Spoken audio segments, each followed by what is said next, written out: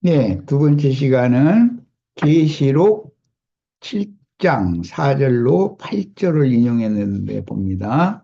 여기는 이제 베드로의 아내, 예, 예루살렘 교회가 회복되는 걸 말하는 거예요. 육적인 이스라엘 나라가 회복되는 건 표상일 뿐이지 그것이 영원한 이스라엘 나라가 회복되는 것은 아니잖아요. 예. 자, 내가 인침을 받은 자의 수를 들으니 이스라엘 자손의 각 지파 중에서 여기는 이것은 유대인이 아니면 각 지파 구원이라는 게 없는 거죠. 10, 계시록 14장의 쉬운 산에 계신 어린 양 앞에 올라간 14만 4천과 이건 대비되는 거예요.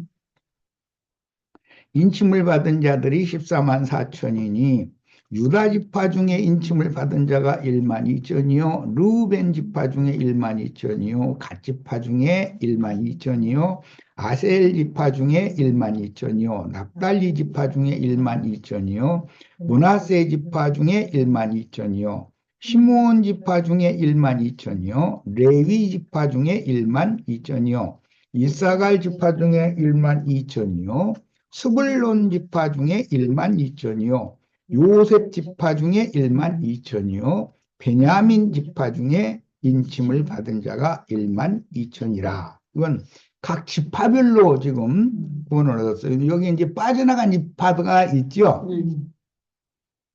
그녀의 딸인 그게 베드로 장모의 딸. 베드로의 장모는 육적인 이스라엘 12지파를 대표하는 12사도와 120명의 성도로 세워진 예루살렘 교회를 상징한 것이 베드로의 장모였어요. 그런데 계시록에 나오는 회복된 이스라엘 12지파의 14만 4천 그들을 통해서 아무라도 셀 수 없는 흰옷을 입은 큰 무리가 이제 전도를 받게 되는데 그것은 베드로 장모의 딸이니까 베드로의 아내가 되겠죠, 당연히.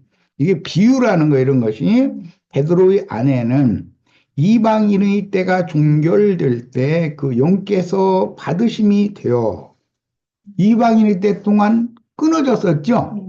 왜? 세상의 화목이 되게 하려고 이방인들도 구원하시려고 그 말이에요.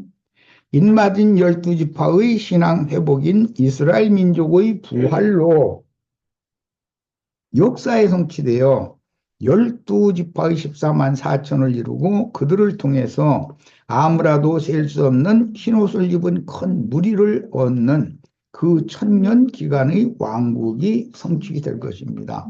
이방의 충만함이 차기 위해서는 증인들, 중매자들, 순교자의 수가 차야 되는 것이죠. 후일에 베드로는 전도 여행을 할 때 아내와 동행하였는데 그때 이후로는 베드로의 장모에 대한 기록이 안 나오지요, 이제 또. 그러니까 예루살렘 교회라는 것은 이방인의 때가 차기까지는 예루살렘 교회는 이방인에게 주님이 주신 말씀을 전도하는 중간 다리 역할만을 할 뿐이지 예루살렘 교회만이 구원을 받고 이방인에게 전도가 계속 안 되는 시대는 율법과 선지자의 때 동안에 있었던 일이고 요한의 침례 이후로 예수님이 전도하고 사도들이 전도하기 시작한 이후로는 유대인들이 먼저 말씀을 받았어도 유대인들이 먼저 구원을 얻었어도 그 구원을 이방인에게 전수해 주는 역할은 다리 역할을 한다는 거예요. 이게 하나님은 유대인과 이방인 모두를 구원하시는 것이 하나님의 뜻이기 때문에 네. 백부장의 집과 베드로의 집은 구원 얻은 이방인들과 유대 백성을 대표하는 두 지휘자의 집이니 두 집은 메시아 왕국의 전초 기지를 상징하므로 백부장의 집은 대표가 안디옥 교회예요. 베드로의 집은 대표가 예루살렘 교회예요.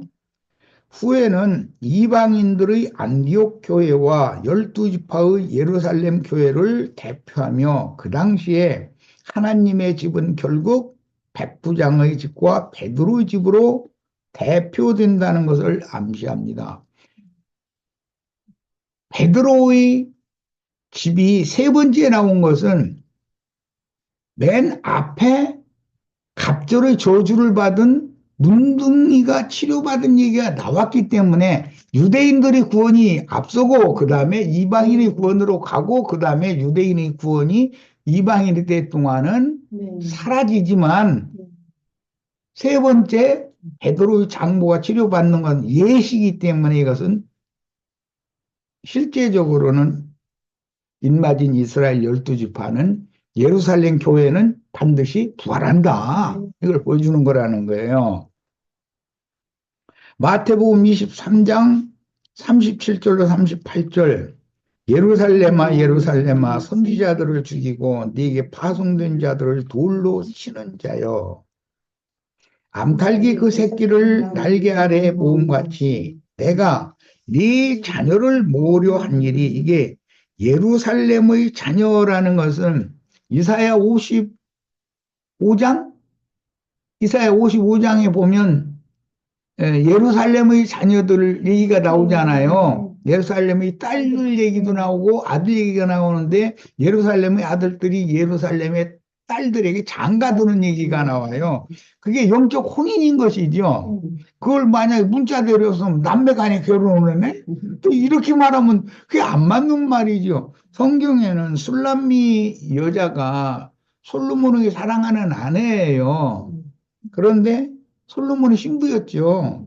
그런데 내 누이야 이렇게 말하잖아요. 누이 동생이잖아요. 그러니까 이것은 영적인 의미를 우리가 알아야 된다.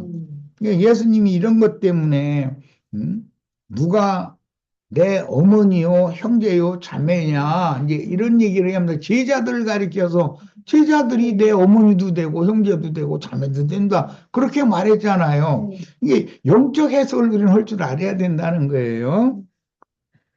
네 자녀를 이라는 건 예루살렘의 자녀를 말하는 거예요. 모리한 일이 몇 번이더냐 그러나 너희가 원하지 아니하였도다. 보라 너희 집이라는 예루살렘 신전이죠. 유대인들은 예루살렘 신전이 아주 사람의 손으로 진 예루살렘 성전을 얼마나 사모하고 사랑하는지 이 망이 거의 다 열병 걸렸어. 그 예수님이 열병 걸린 사람들을 이제 치료하는 방법이 뭐였냐면 성전에 들어가서 돈 바꾸는 자들이 상 뒤집어 엎어버리고 골프채로 막 사람들 짐승들 다 후려쳐가면서 다 끌고 내려가란 말이에요. 하나님의 집을 거룩한 기도하는 집을 왜 장사꾼의 집으로 만드느냐 막 이렇게 한 것이 뭐죠? 그게 하나님의 성전을 하나님을 사랑하는 그 열심이 그렇게 나타난 거라는 거예요. 그러니까 우리도 진짜 하나님의 성전을 사랑하는 열심을 나타내야 되겠죠. 성당이나 예배당 사람들 그 사람의 손으로 지은 전에 거기에 짐승제사 지내는 때는 이제 끝났다. 재물을 사고 팔고 이렇게 하는 것이 아니다. 예수님이 우리의 구속을 위하여 제물로 한 몸을 하나님께서 예비해 놓고 그분이 대속의 제물로 죽으셨기 때문에 그 피와 그분의 제물을 통해서 우리가 먹고 마심으로 피는 이제 생명수예요. 참된 음료라고 그랬어요. 제육은 우리 이제 참된 그 재단에서 나는 거룩한 음식인 거고 그거를 이런 모임에 모여서 말씀을 가르침 받음으로 예수님의 그 몸과 예수님의 살과 예수님의 피를 먹고 마시는 이런 생활을 하는 것이 이것이 참다운 제사다 이거예요. 하나님이 받으시는 영적 예배다 이거예요. 그런데 그 사람들은 소 잡고 양 잡고 그 염소 잡고 비둘기 잡고 이런 것만 날마다 생각을 하니까 이게 그 사람들의 생각을 바꿔놓으려면 우리도 주의 전을 사모하는 열심이 있어야 되는 것이죠. 그럼 이렇게 하나님의 전은 사람의 손으로 짓는 게 아니라 하나님이 친히 예수의 피로 구속받은, 즉 복음을 믿은 성도들의 영혼을 하나님이 친히 당신이 거할 새로운 우주로 지금 그분이 세우는 거다. 하나님의 집은 우주인 것이지 사람의 손으로 지금 예배당의 성당 건물이 아니다. 이런 걸 사람들에게 가르쳐야 된다 이거예요. 네 자신 속에 구원을 주시기 위하여 먼저 구속을 위하여 피를 흘려 죽으시고 살려주는 영으로 다시 살아서 하늘 영광을 가지고 하늘과 땅의 모든 영광을 가지고 믿는 네 마음속으로 네 영 안으로 들어와서 너와 합하여 하나가 되어 있지 않으면 너는 하나님의 나라를 상속받을 수 있는 하나님의 집을 세우는 건축 자재가 될 수 없다. 이게 하나님이 우주를 이제 창조해놓은 천지를 창조하시고 그 안에 모든 생물을 있게 하셨는데 새 우주를 하나님이 새 우주가 하나님의 집이고 하나님의 영원한 거처인데 그 안에는 우주 안에 새로운 모든 만유 충만함이 그 안에 있어야 될 거 아니요. 누구는 아름다운 꽃도 돼야 되고 누구는 그 맑은 공기도 돼야 되고 뭐 이게 여러 가지 역할이 다 있어야 된다. 그래야 이것만이 영원한 것이다. 새 우주다. 그게 그리스도는 만유이시기 때문에 만유이신 그리스도가 사람의 손으로 지은 예배당 물질적인 건물에 거한다고 믿는다는 것은 그것에 열심을 낸다는 것은 너무 어리석은 일이죠. 그리고 혈통적으로 유대인들은 레위 지파만이 제사장 노릇을 하고 레위 지파 중에서도 아론의 직계손들만이 제사장 노릇을 했는데 그것을 예수님이 오셔서 폐하러 오신 것이다. 모든 구속받은 성도는 대제사장이신 예수님과 함께 하나님을 섬기는 모든 성도들이 다 제사장들인 것이다. 이렇게 말하면 그러면 우리 신부하고 목사는 뭐 먹고 사냐고. 먹고 사는 얘기 같으면 가지고 따지고 또 그러고 또 장로 권사님들은 만약에 그렇다면 목사님은 어떻게 먹고 사냐고. 아니 자기 먹고 살 거나 걱정하지 왜 목사 먹고 사는 걸 걱정을 해. 자기가 믿음으로 살면 목사도 믿음으로 살겠지. 목사는 믿음으로 안 살고 헌금 받아 살아야 된다는 성경 구절이 어디가 나와? 그 구약 성경에 보면 민수기에 보면 레위인들은 하나님이 성막에서 하나님이 일만 하고 세상 일을 하지 말라고 돼 있죠. 그 구절을 장절을 그렇게 잘 안 잊어먹고 잘 인용을 잘 해먹어.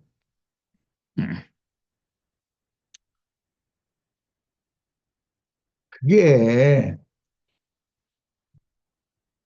제물도 제사장도 제사법도 성전도 제사 드리는 행위도 모든 것이 다 개혁돼야 되는 것인데 신령한 것으로 그 사람들의 생각은 자신들은 혈통적인 레이지파 사람들도 아니에요. 목사들 지금 레이지파인 사람이 누가 있어? 지가 무슨 아론의 뭐 직계자손이? 도대체 뭐 말이 되는 소리를 해야지. 좋은 것만 갖다. 그러니까 말이에요. 이게 예, 이런 사람들을 고쳐주려면 손을 만지신다 그랬는데 몸이 꾸짖어야지, 꾸짖어야지, 꾸짖어 줘야지. 돈만 해가지고 이 사람들이 맑은 정신이 안 들어와. 예, 너의 집이 황폐하여 버림바 되리라 그랬는데 예루살렘이 실제는 좁게는 성전이고 더 좁게는 지성소고, 예, 지성소 성전 넓게는 예루살렘 성이 이스라엘 백성들의 집이란 말이에요. 그런데 그들의 가정집은 따로 있지, 원래. 네. 자, 그럼 이것도 이해를 잘 해야 돼. 자, 집이라는 개념은 하나님의 자녀니까 하나님의 집안에 거해야 되는 거 아니에요. 그래서 광야의 성막 같으면 성막을 에워싼 사방의 주위에 각 가정들이 있었었죠. 그런데 회막이라고 해서 거기에다 안식일 날이나 절기에 모여야 되는 거예요.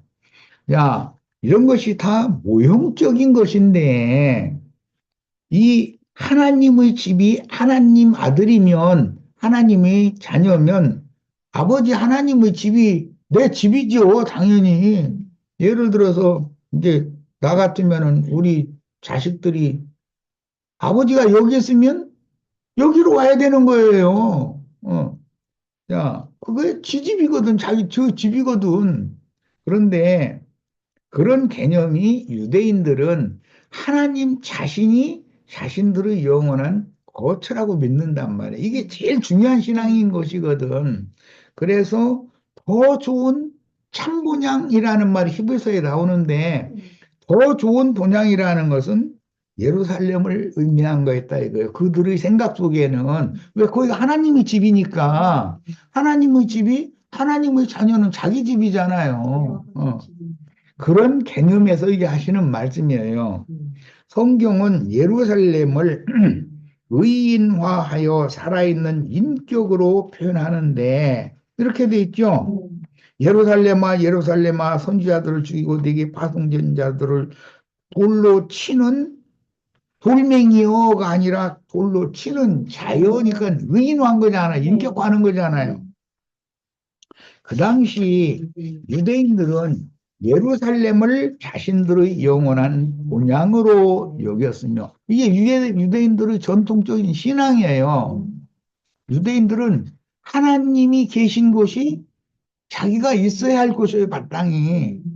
왜? 아버지가 계시는 아버지 집이 거기에 어머니가 계시고 부모님의 집이 내 집인 거예요. 거기서 내가 태어났고 그래서 그게 영원한 본향이야.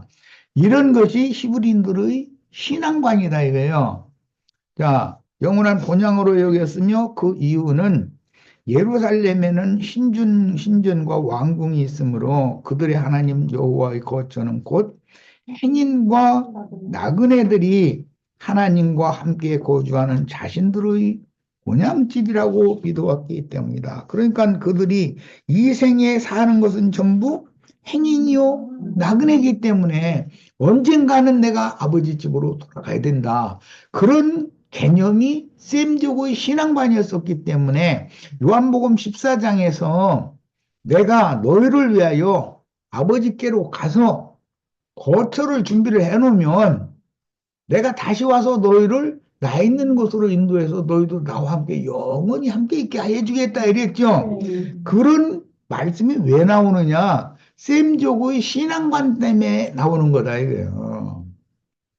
하나님이 계시는 곳, 그곳이 하나님의 자녀들의 영원한 본향이다 이거예요.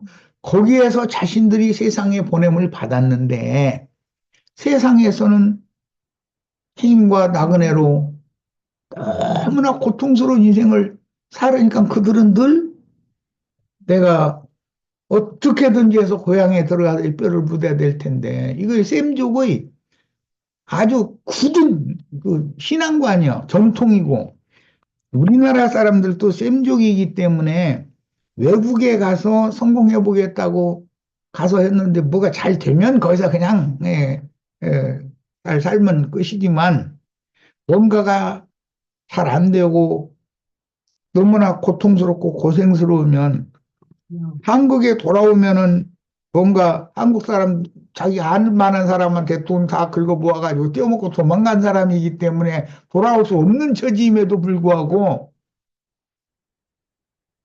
내 고향, 내 조국으로 돌아가서 그 조국이라고 그래. 조상의 나라라 이거요. 조국으로 돌아가서 내 뼈를 내 선영의 그 무덤 아래 내 뼈가루 좀 자식들이 뿌려주기라도 좀 했으면 좋겠다. 이게 꿈이야. 근데 요즘에는 이제 그런 사상이 많이 이제 깊지가 않지만 이 셈족은 본향 찾는 것을 그렇게 사모해. 그런데 그 본향이라는 것이 하나님이 계시는 예루살렘 성이다 이거예요. 이 셈족의 관념이 그렇다는 거예요. 율법에 따라 땅의 예루살렘 성이 유대교인들의 거처였으나 그 아버지 어머니 집에는 절기라는 게 잔치라는 말인데 절기 때만 되면 아버지 어머니 집에 한 보따리 다 싸가지고 가서 잔치 누리고 오잖아요. 먹고 마시고 그리고 조상한테 제사하고 그러고 돌아오는 거예요. 이것이 셈족의 생활 관습이다 이거예요. 그들의 신앙관이에요 이게. 유대교인들의 율법 성전인 하나님의 집은 이방인들의 손에 의해서 자꾸 무너지죠. 무너지고 백부장의 집에 모인 이방인들과 베드로의 장모집에 모인 12지파의 이스라엘인들이 천국 백성들이 되어 유대인과 이방인이 하나의 한 몸을 세우는 건축 자체들이 되죠. 그래서 예수님이 부활하셨을 때는 모퉁이 돌도 되었다 그래서 모퉁이 돌. 유대인과 이방인을 서로 연결을 해야 되기 때문에 자, 그래서 천국 백성들이 되어 두 집은 하나님의 권속이 거하는 신령한 집인 그리스도의 영적 몸인 교회가 되는 것이다. 이 교회, 세상의 교회들에서 이기는 자들을 빼내서 위에 있는 예루살렘에 들어갈 권세를 얻게 되고 그들을 신부라고도 말하고 예루살렘 교회가 최종적으로 어린 양의 아내가 된다 이거예요. 자, 이런 것은 뭐냐?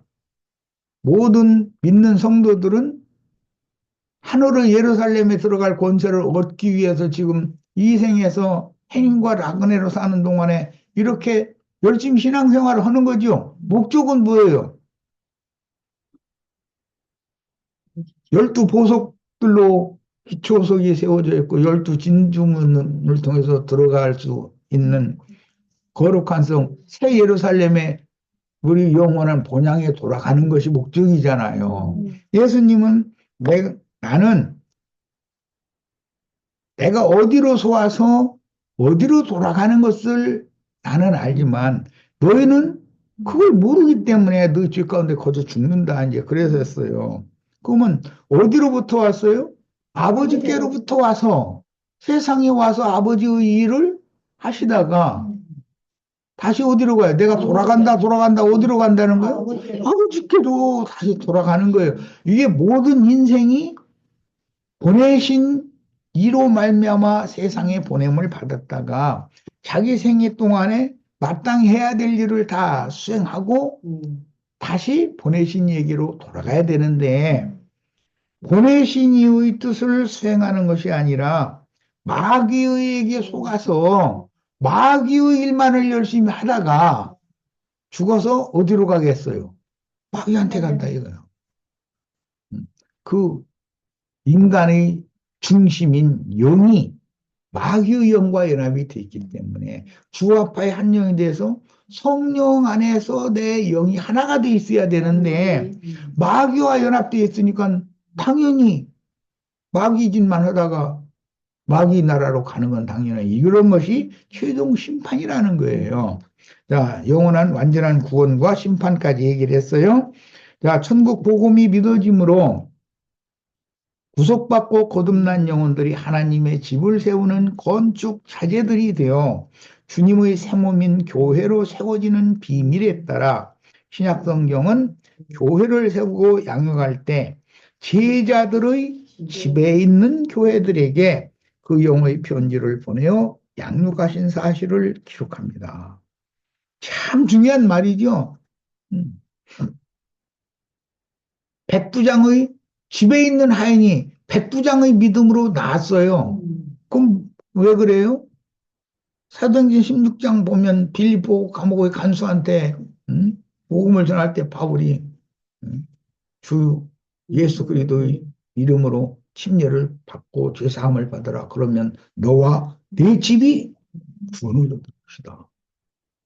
그건 이제 뭘 주지 않느냐. 주 예수 이름을 불러서 구원을 받으라. 이렇게 말을 했어요.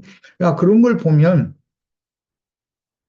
빌보 간수의 집에서 그 가족이 다 그날 세례받고 구원받았다. 이렇게 돼 있죠.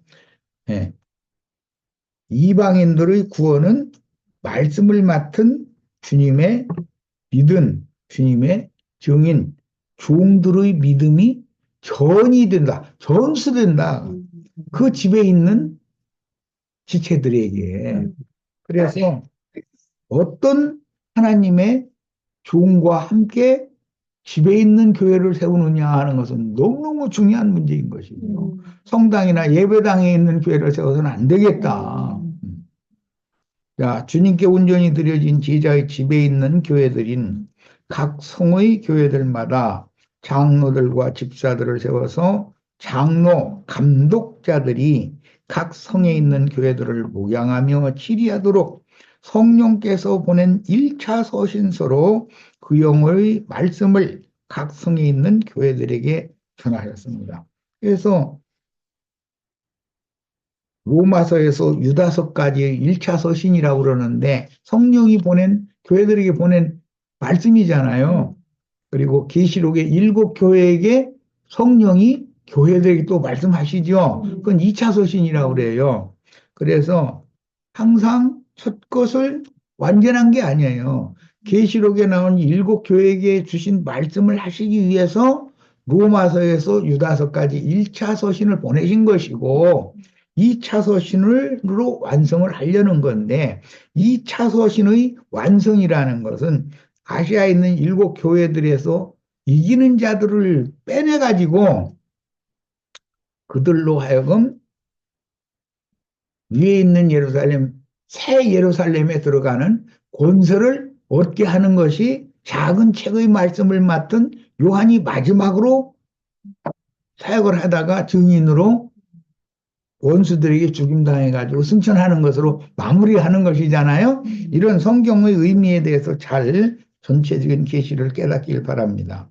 다음에 물론 계시록에서는 아시아의 7교회로 대표되는 온 세상 각각의 성마다 세워진 교회들에서 이기는 자들을 빼내어 그 이기는 자들을 바울 사도는 이미 색지 하늘에 올라가서 이상을 봤는데 아브라함의 믿음의 자취를 따르는 믿음의 후사들을 위해서 하늘에 한 성을 준비해 놓으셨는데 그 성은 하늘의 예루살렘이다. 너희가 이룬 것은 시온산과 하늘의 예루살렘에 이르렀다. 이게 장자들의 교회다. 이렇게 명확하게 해놨어요.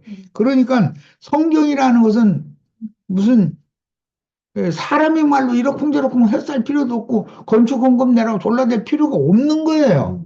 예. 메시아의 왕국, 즉 주님의 교회인 예루살렘 교회와 안디옥 교회가 어떤 경로로 이것은 유대인의 모교회, 이방인의 모교회를 지금 의미하는 거예요. 어떤 경로로 어떻게 세워지며 이방인의 때가 이르면 첫 성년인 예루살렘 교회는 자취를 감추고 로마 제국의 극심한 박해를 받음으로 짐승의 때를 경험했습니다. 예수님, 인자 예수의 어머니는 마리아 자매죠. 그런데 예수님이 어머니를 모시다가 예수님 십자가에서는 누구한테 어머니를 부탁했어요? 요한에게 어머니를 부탁했어요. 그 뒤로부터는 요한이 마리아를 자기 집에 모셨다 그랬어요. 자, 이거는 인자 예수의 어머니는 인자 예수께서 세우신 교회와 그리스도께서 세우신 교회가 다르다라는 걸 알 수 있는 것이란 말이야. 예. 자, 그 후에 로마 제국은 기독교의 종교 자유를 선포하여 기독교를 로마교로 흡수하여 많은 물 위에 앉은 큰 음녀인 큰 성 바벨론이 되어 세속화되므로 짐승의 몸으로 발전했으며 개신교가 개혁했으나 로마교의 전통과 교리를 그대로 흡수하여 로마교보다 더 타락했으며 작은 음녀가 음행을 큰 음녀보다도 배나 더 한다는 거예요. 예언된 세상 것의 기독교계가 되었다. 그러니까 오늘날 기독교계는 당연히 큰성 바벨론인 것이고, 큰성 바벨론에서 이 증인들의 증거를 듣고 들을 귀가 있는 자들은 주님 자신께로 나와야 된다. 내 백성은 그녀에게서 나와라. 그래요. 그럼 나와서 어디로 가라는 거예요? 주님 자신이 영원한 본향이다 이거예요. 주님이 나의 영원한 거처다. 주님께로 가야 된다 이 말이에요. 사실은 반드시 무너질 첫 성전인 인자 예수의 몸과 사흘 만에 다시 세우신 둘째 성전의 이상은 첫 번째 교회인 예루살렘 교회로 시작되어 세속 교계로 나타난 인자의 몸은, 인자의 몸과 그리스도의 몸은 다르죠. 인자의 몸은 세속화되어 반드시 짐승의 몸이 되는데, 짐승의 몸을 큰 음녀, 큰 성, 바벨론이라고 그러죠. 그리스도의 몸은 정결한 처녀라고 그래요. 어린 양 신부라고 그래요. 이게 성경이 표현하는 이런 용어들을 잘 이해를 할 필요가 있는 거예요.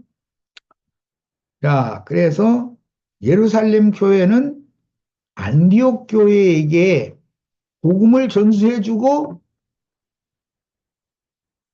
황제국일 때는 박해를 받았으나 교황국이 되면 로마교 교황국에 흡수돼 버려가지고 바벨론 교회가 돼버린다 이거예요.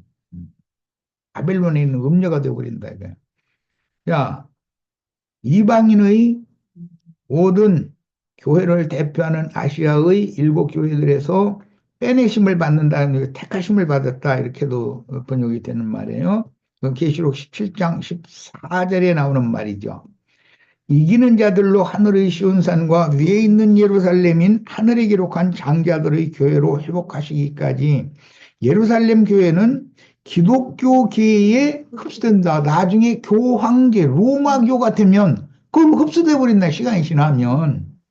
자취를 감추었다가 이방인의 때 끝에 부활하는 비밀은 개혁을 해서 개혁이 완성되는 거예요. 이제 누룩을 점점 뽑아내고, 이제는 누룩이 없는 정조를 지키는 신앙인들을 길러내려면 누룩 없는 떡을 먹여야 되기 때문에 그런 말이에요.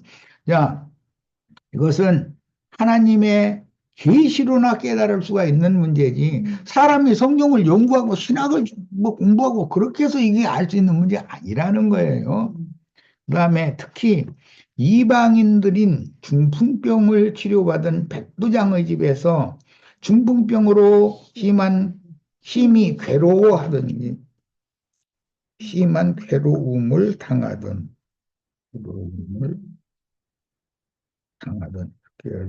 심히 괴로워하던, 바꿔야 되겠네.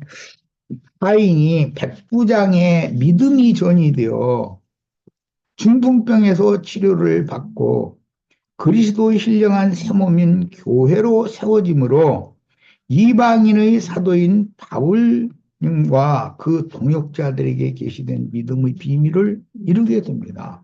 그러니까 바울이 주님께 계시로 받은 건 셋째 하늘에까지 데려감을 받아가지고 사람의 말로 이룰 수 없는 많은 계시를 받았는데, 바울의 가르침을 받으면 그게 백부장의 집에 있는 하인이 치료받는 것과 같은 거다. 그래서 집에 있는 교회의 비밀을 깨달을 필요가 있다. 사람의 손으로 지은 회당, 성당 이런 데 모이는 교회의 성령께서 편지를 보내신 일이 없고 집에 있는 교회에 편지를 보내셨다. 집에 있는 교회라는 것이 얼마나 중요한가를 알아야 돼요. 자, 오늘 우리 형제 자매님들은 이제 여기까지만 했는데, 집에 있는 교회는 원래 아브라함의 집은 사라의 집이죠. 사라가 죽고 나니까 이삭이 리브가를 아내로 취해가지고 사라의 장막에 들여서 사랑했다 그랬어요. 그러니까 이것은 사라의 집은 결국은 리브가의 집이 되는 것이죠. 이렇게 되는 것이다. 이것이 상속이라는 거예요. 후사 상속. 네. 아브라함은 이삭에게, 이삭은 야곱에게, 야곱은 12지파에게, 12지파는 자기 가문의 종족의 그 계보대로 상속을 받는 거예요. 이것이 교회를 좀 보여주는 계시다. 자, 오늘 여기까지 해서 마치도록 합니다.